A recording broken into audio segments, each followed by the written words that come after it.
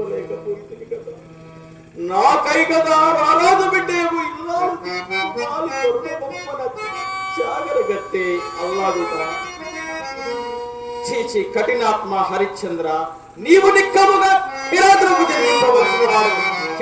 జన్మింపవలసిన వాడు.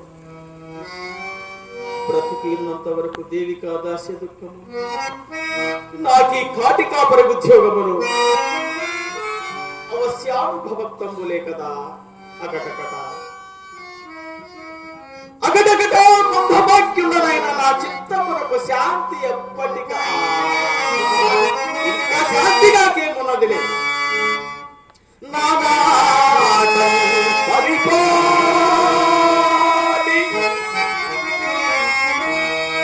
ఆనాడు నా భాగ్యపుత్రులను కాలకౌసుకొనకు విగ్రహించిన నాటి నుండి నేటి వరకు గతము తలంచుకొని పగచుకుందటైంది నాకు.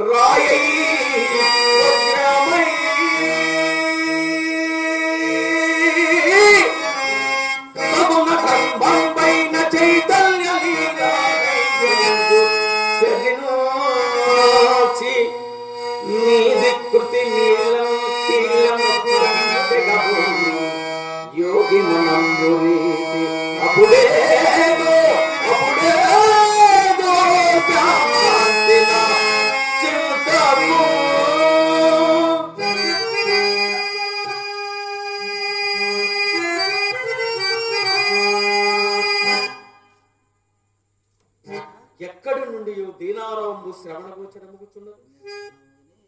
పాపం ఎవరో పోయి చూసేవారు.